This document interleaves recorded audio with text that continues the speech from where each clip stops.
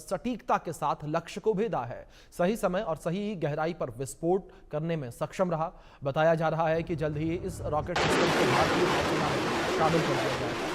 पूरी तरह से स्वदेशी है ये और इसे डीआरडीओ ने विकसित किया है। ये रॉकेट विशेष रूप से पनडुब्बियों को नष्ट करने के लिए बनाया गया है। लेकिन ये खास क्यों है, कैसे नौसेना की ताकत को यह बढ़ाएगा और क्यों इसे समंदर का शिकारी कहा जा रहा है, आज इसी मुद्दे पर बात करेंगे। लेकिन उससे पहले आप खास रिपोर्ट देखिए।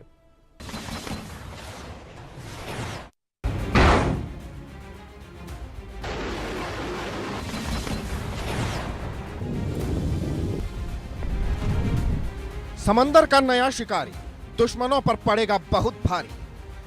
एंटी सबमरीन रॉकेट सिस्टम, चीन पाक के पनडुब्बी भस्म। नौसेना में शामिल होगा ERASR, समंदर में करेगा भीषण प्रहार।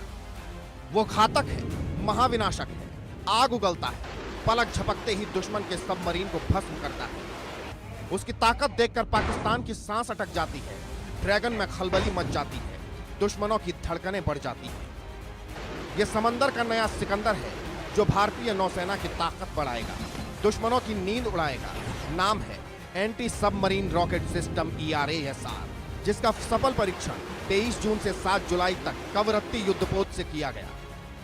इस दौरान रॉकेट ने अलग अलग दूरी पर सटीकता के साथ लक्ष्य को भेदा, सही समय पर और सही गहराई पर विस्फोट करने में सक्षम रहा। रॉकेट का विस्फोटक हिस्सा पूरी तरह प्रभावी रहा।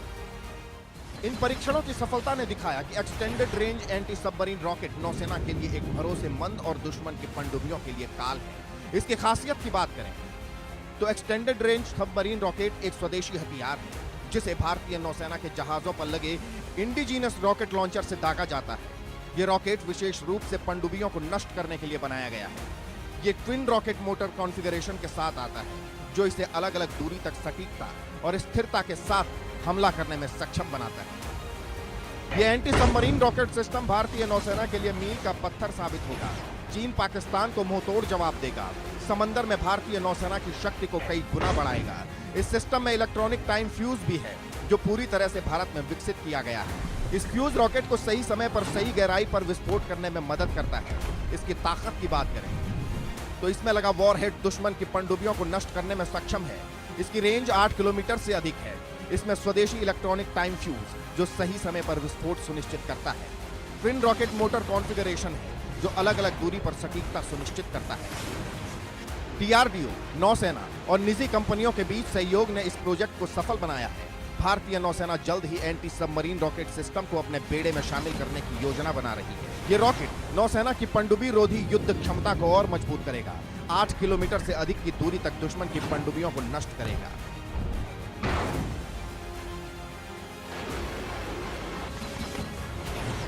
Bureau report, India news. इस विषय पर बातचीत करने के लिए हमारे साथ दो खास मेहमान जुड़ गए हैं, सीधे उनका रुख करेंगे। हमारे साथ retired lieutenant general Sanjay Kulkarni जुड़े हैं डिफेंस एक्सपर्ट के तौर पर। साथ ही हमारे साथ रिटायर्ड कैप्टन श्याम कुमार जी जुड़े हैं, पूर्व नेवी ऑफिसर हैं। सर, आप दोनों मेहमानों का बहुत स्वागत है इस चर्चा में। चर्चा की शुरुआत सबसे पहले संजय जी मैं आपसे ही करना चाहूंगा। अगर इस सिस्टम को हम समझे, किस तरीके से सिस्टम जो है काम करता नजर आएगा, और अगर समुद्र की सीमाओं को लेकर बात करें संजय जी, तो समुद्र की सीमाएं किस तरीके से अभेदी और बेहतर अब सुरक्षित होती नजर आएंगी आने वाले दिनों में? अभिषेक, बहुत बहुत धन्यवाद। डिटेल में ऑफकोर्स श्याम साहब बहुत अच्छी तरीके से बता पाएंगे, मैं मोटे मोटे तौर पर बताता हूँ। नंबर 1, अब जो समुंदर है वो बहुत बहुत जरूरी हो गया है, और यही कारण है कि चीन जो है लगातार पाकिस्तान को और अब बांग्लादेश को अपने इसके अंदर ले रहा है, जिससे कि वो भारत के बरखिलाफ इस्तेमाल कर सके। यानी कि अब नए वॉरफेयर के अंदर बहुत जरूरी है कि किस प्रकार से हम समुद्र के अंदर और सुदृढ़ और मजबूत हो जाए। उसको लेकर के जिस प्रकार से हमने प्रोजेक्ट 77 के नीचे भी हम सबमरीन बना रहे हैं, इससे पहले हमने अरियान जो सबमरीन बनाई है उसके द्वारा जिस प्रकार से हम ये मिसाइल और खासकर सुपरसोनिक और हाइपरसोनिक, अभी तक क्या हम लोग करते थे सबसोनिक, अब ये जब हम सुपरसोनिक और हाइपरसोनिक की बात करते हैं तो आप समझ सकते हैं कि क्या स्पीड होगी। जब हम सुपरसोनिक कहते हैं यानी कि ध्वनि की आवाज से 5 गुना कम हो, सुपर हाइपर यानी कि उससे ज्यादा। और ये जो मिसाइल तकरीबन हम बनाते हैं तकरीबन 10 मैच के आधार पर। अब जब इरेजर बना रहे हैं extended range anti submarine rocket, अब ये जो है आप समझ सकते हैं इससे और जिस प्रकार से फर्स्टली इंडिजिनस यानी डीआरडीओ की ऑफकोर्स अंडर उनके अम्ब्रेला के नीचे, लेकिन ये जिस प्रकार से डीडीएल और सोलर यानी नागपुर का एक फर्म है, कि दोनों से मिल करके जिस प्रकार से टोटली इंडिजिनस, और इंडिजिनस होने के नाते इसको ट्रैक करना, इसको पता करना बहुत मुश्किल हो जाता है। और जैसे आपके संवाददाता बता रहे थे कि 8 किलोमीटर एक्सटेंडेड रेंज यानी कि 1500 से 2000 किलोमीटर तक जाएगा। और पिछले तकरीबन जैसे उन्होंने बिल्कुल ठीक था 23 जून और 7 जुलाई के बीच में 17 यूजर ट्रायल इसके हुए हैं। और उसके कारण जिस प्रकार से सबमरीन और खासकर न्यूक्लियर सबमरीन मतलब जितना आदमी के ऊपर निर्भर है, सबमरीन को कोई दिक्कत नहीं, सब जगह पे जा सकती है। और ऐसे सबमरीन को ट्रैक करना, इस प्रकार से क्या काम करेगा। चीन का मकसद क्या है? चीन का मकसद है कि इंडियन ओशन के अंदर घुसना, और उसमें घुसने के बाद पाकिस्तान और बांग्लादेश जैसे देश और जैसे हम्बनटोटा में श्रीलंका के लेकर के भारत को घेरने की कोशिश, उस उद्देश्य को लेकर के भारत जिस प्रकार से एक सुदृढ़ हो रहा है, मजबूत हो रहा है, इंडिजिनस यानी कि आत्मनिर्भर अपने बलबूते के ऊपर हो रहा है। और एक खासकर जब हम अपने बलबूते पे कहते हैं, इंडिजिनसली कहते हैं, तो चाहे वो आर्मामेंट रिसर्च डेवलपमेंट से तो नेवल लेबोरेटरीज हो, साइंटिफिक लेबोरेटरीज हैं, ये सब मिल करके जिस तरीके से काम कर रही है और लगातार काम कर रही है, ये जरूर जो है परेशानी का बनने के। और बिल्कुल संजय, जिस तरीके से आपने जिक्र किया, जाहिर तौर पर इन चीजों से इसका अंदेशा तो साफ तौर पर लगता हुआ नजर आ रहा है कि जो भारतीय समुद्र की सीमाएं हैं वो आने वाले समय में और भी ज्यादा मजबूत होती हुई नजर आएंगी। अब इस बीच मैं रुख करूंगा श्याम जी का। श्याम जी, अगर बात यहां पर ERASR रॉकेट सिस्टम को लेकर के जाए, ये रॉकेट सिस्टम की तकनीक क्या है, इसकी विशेषताएं क्या है?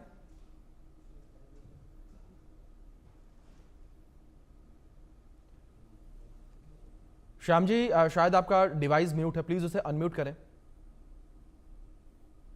धन्यवाद अभिषेक, जय हिंद, शनोवरना। देखिए, सबसे पहले मैं समुद्री बातें करूंगा थोड़ा। ये जो कोई मिसाइल नहीं है, ना तो कोई रॉकेट का जो तरीका है इसका कुछ अलग है।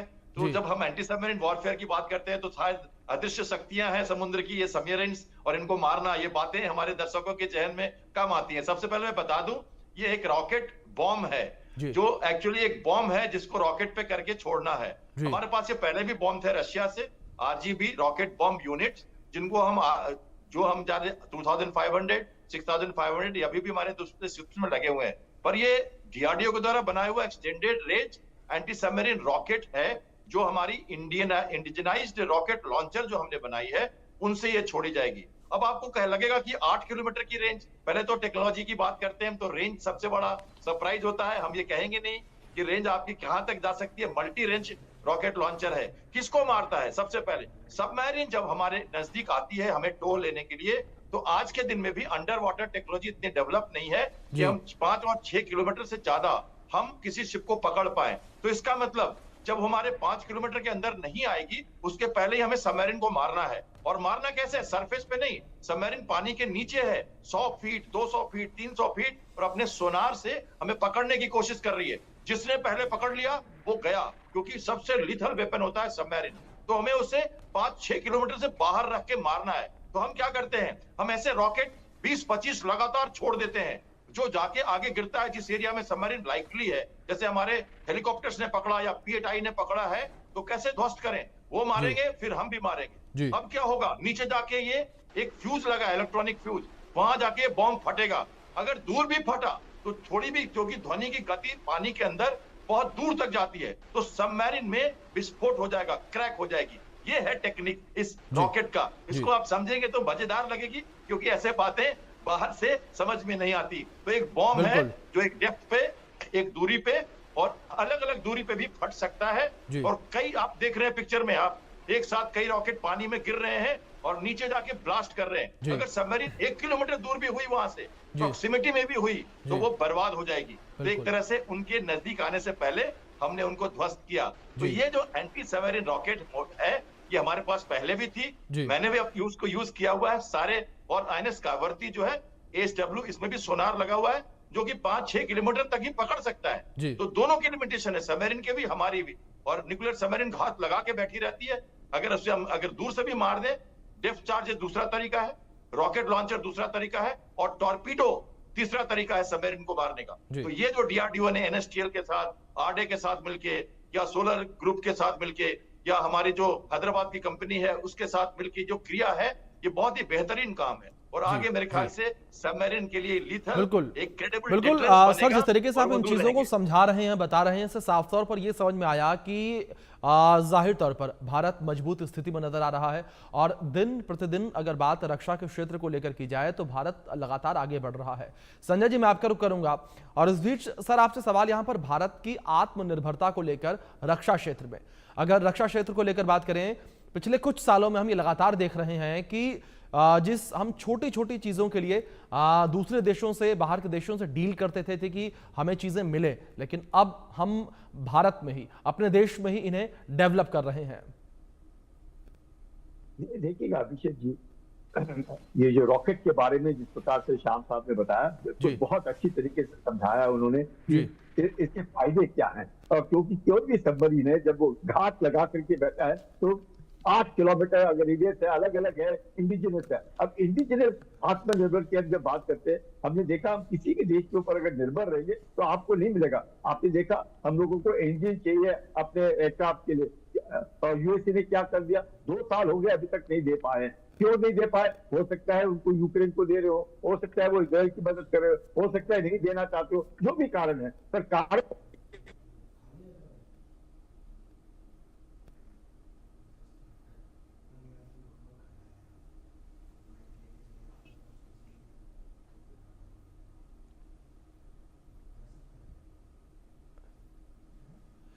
आप संजय जी, किसी तकनीकी खामी की वजह से आपकी आवाज हम तक नहीं पहुंच पा रही। इस बीच में श्याम जी का रुख कर लेता हूं। श्याम जी, मैं आपका रुख करूंगा, जिस तरीके से आपने इस पूरे सिस्टम को लेकर जानकारी दी, ऐसे में आपसे यहां पर यह भी समझना चाहूंगा मैं, क्या इसके माध्यम से केवल किसी टारगेट को आइडेंटिफाई करने के बाद ही अटैक किया जा सकता है, या इसके अंदर जीपीएस गाइडेड टारगेटिंग भी मौजूद है? हम करेंगे, ये दिक्कत आती है। देखिए मैं बताऊं आपको, ये मैं बताता हूं आपको। देखिए ये जो है ये एंटीसिपेशन में फायर किया जाता है, ये कोई टारगेटेड वेपन नहीं है कि सबमरीन के ऊपर जाके गिरे। तो ये अंडर वाटर वॉरफेयर है, बिल्कुल अलग तरीका है। दर्शकों को इस अदृश्य तरीके को समझना होगा पहले। ये बिल्कुल अलग वॉरफेयर है और बहुत ही लिथल वॉरफेयर है। बहुत ही पोटेंट वेपन होती है सबमरीन। अगर वो डिटेक्ट हो जाए तो वो सिटिंग डक है। उसके बाद हम उसको हेलीकॉप्टर से, P8I एयरक्राफ्ट से, मैरीटाइम पेट्रोल SW, हमारे पास P8I एयरक्राफ्ट है, हमारे पास MH-60 और सीकिंग हेलीकॉप्टर्स हैं, हमारे पास कामोब है 28, ये सब उसको हवा से इमीडिएटली टॉर्पीडो मार के गिरा सकते हैं, या डेप्थ चार्जेस जिसको डेप्थ बॉम्ब कहते हैं, वो सीधा ड्रॉप करेंगे। और अगर आप 1 किलोमीटर के रेडियस में भी ड्रॉप कर दो, 500 मीटर, तो वो इतनी ध्वनि इतनी ज्यादा होती है, जो अब हवा, जो हमारे प्रेशर की ध्वनि होती है हवा की, जो मीडियम जो होता है, देखिए जो पानी में वो बहुत ज्यादा तेजी से चलती है, तो जो ध्वनि निकलेगी वो अंडर वाटर एकॉस्टिक जो प्रेशर बनेगा उसी से सबमरीन में छेद हो जाएगा और सबमरीन बेकार हो जाएगी। तो ये वो टेक्निक है। तो एक्यूरेसी का क्या मतलब अगर लोकलाइज हो गया सबमरीन कि इस एरिया में सबमरीन लाइकली है, तो आप लगातार कई रॉकेट उस एरिया में दाग देते हो, एक तरह से ब्लास्ट कर देते हो, सैनिटाइज कर देते हो। एक्चुअली जब फ्लीट मूव करती है और एंटी सबमरीन कावरती जैसे ये शिप्स जो है SW शिप्स आगे रहते हैं 8 किलोमीटर 10 किलोमीटर, और ये लगातार रॉकेट फायर करते रहते हैं। अगर आपको लगा है कि इंटेलिजेंस रिपोर्ट है कि सबमरीन आगे हो सकती है, तो वो आगे लगे रहते हैं। और आजकल की न्यूक्लियर सबमरीन की स्पीड ज्यादा हुई है, तो वो फ्लीट के पीछे से भी आ जाते हैं। पहले नहीं था ऐसा। अब ये बहुत बड़ा खतरा है। न्यूक्लियर सबमरीन फ्लीट की जो स्पीड ऑफ एडवांस है उसको कैपेबल है पीछे से पीछा करने के लिए। तो अभी हमें पीछे भी और वैनगार्ड पे आगे भी दोनों तरह से। और अगर एयर डिफेंस का थ्रेट है तो anti submarine threat, air defence threat, और ये जो हाइब्रिड थ्रेट है ड्रोन्स का, 3 थ्रेट को लेके सर्कुलर फॉर्मेशन में फ्लीट को प्रोटेक्ट करके चला जाता है। इसलिए सारे शिप्स में ये रॉकेट लॉन्चर लगे हुए हैं। अब जब ये इंडियन हो गए हैं तो हमारे पास कमी नहीं होगी। इनकी टेक्नोलॉजी पर हमको भरोसा रहेगा, विश्वसनीय है। हम इनको एक्सपोर्ट क्वालिटी में बनाएंगे। और लगातार देखिए सोलर डिफेंस लिमिटेड जो है, हैदराबाद कंपनी जो लिमिटेड है, इसको लगातार अब बनाएगी और दूसरे देश इसको खरीदेंगे, क्योंकि कॉस्टली नहीं होगा, चीप होगा, एक्यूरेट होगा, प्रिसाइज होगा और मास प्रोडक्शन होगा। तो ये मजेदार बात आपको समझनी चाहिए। भारत जो है एंटी सबमरीन वॉरफेयर में काफी आगे विकसित कर रहा है, अपने आप को इंडिजनाइज्ड कर रहा है और सेल्फ कैपेबल हो गया है सबमरीन थ्रेट को न्यूट्रलाइज करने के लिए, जो कि लगातार चाइना की सबमरीन के डिटरेंस के कारण हमें इसकी बहुत ज्यादा जरूरत थी और कई सालों से इस पे एक्सरसाइज चल रही थी। अब ये हमारे पास आया है। करीब करीब सारे फ्रिगेट्स और सारे डिस्ट्रॉयर्स में और ये सारे कॉर्वेट्स में ये रॉकेट लॉन्चर लगे हुए हैं अभी, और ये एंटी सबमरीन का बड़ा तरीका है। बिल्कुल, मतलब शाम से जाहिर तौर पर एक बड़ी उपलब्धि ये भारत के लिए, भारतीय सेना के लिए, डीआरडीओ के लिए। संजय जी, दूसरी ओर अगर बात चीन और पाकिस्तान के संदर्भ में की जाए तो सबसे बड़ी चिंता भारत के लिए, भारतीय सीमाओं के लिए चीन और पाकिस्तान ही रहते हैं। और ऐसे में अगर रक्षा क्षेत्र को लेकर बात करें, जिस तरीके से भारत की आत्मनिर्भरता लगातार रक्षा क्षेत्र में बढ़ती चली जा रही है संजय जी, तो ऐसे में जाहिर तौर पर चीन जो है वो भी कहीं ना कहीं परेशान होगा। दूसरी ओर पाकिस्तान तो पहले से ही डरा हुआ, और पाकिस्तान ने भारत की शक्ति का प्रदर्शन भी हाल फिलहाल देख लिया।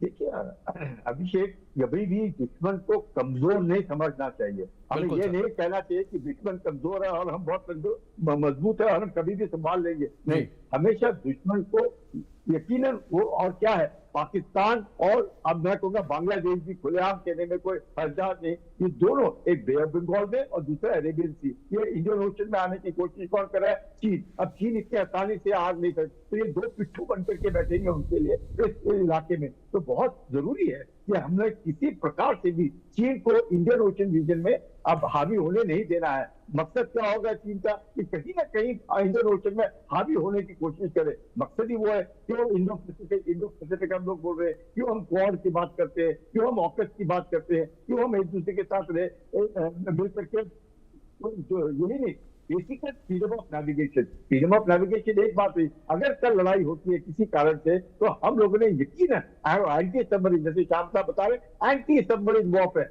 और anti submarine warfare the most critical warfare, और बहुत मुश्किल होता है। आप एक सबमरीन में जाकर के कभी देखिएगा, वो जानते हैं किस प्रकार से हम लोग तो सिर्फ एक दिन के लिए भी नहीं जा पाते, थोड़े दिन के लिए रहते, वापस आ जाते हैं देखने के लिए अपने आप को कि क्या कैसे सबमरीन अपील करता है। तो बहुत मुश्किल होता है। और ऐसे इसमें आप जब रहते हैं और इस तरह के आपको जब रॉकेट मिलते हैं, तरह तरह के आले मिलते हैं अपने आप को बचाने के लिए, और दुश्मन आपकी कोशिश करेगा आपको मारने के लिए, तो दोनों तरफ से टसल चल रहा है। तो उसको लेते हुए बहुत जरूरी है, और यह मानने की बात है कि आज की तारीख में चीन के पास सबसे बड़ी नेवी है, चाहे सबसे मॉडर्न नेवी ना हो, सबसे फर्स्ट क्लास नेवी ना हो, पर नंबर्स में सबसे ज्यादा है। तो जब वो नंबर्स में इतने सारे सबमरीन इधर उधर घुमाता रहता है, तो एंटी सबमरीन का होना निहायत जरूरी है। उस मकसद को लेकर के जिस प्रकार से लगातार नेवल वॉरफेयर को अपने ध्यान में रखते हुए ये आगे वाली जो लड़ाई है उसमें बहुत तरह तरह के होगा,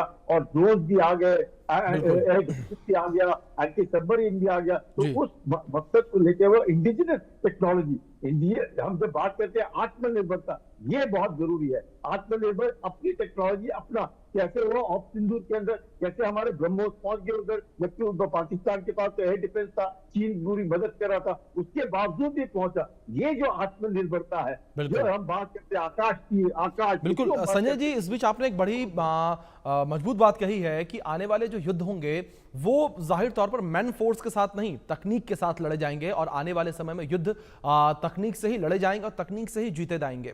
तकनीक की ही बात के साथ में श्याम जी आपका रुख करना चाहूंगा। ऐसे में क्या ये माना जाए कि एंटी सबमरीन वॉरफेयर में भारत एक नया ट्रेंड सेट कर रहा है, जिस तरीके से लगातार भारत नई नई चीजों को डेवलप कर रहा है?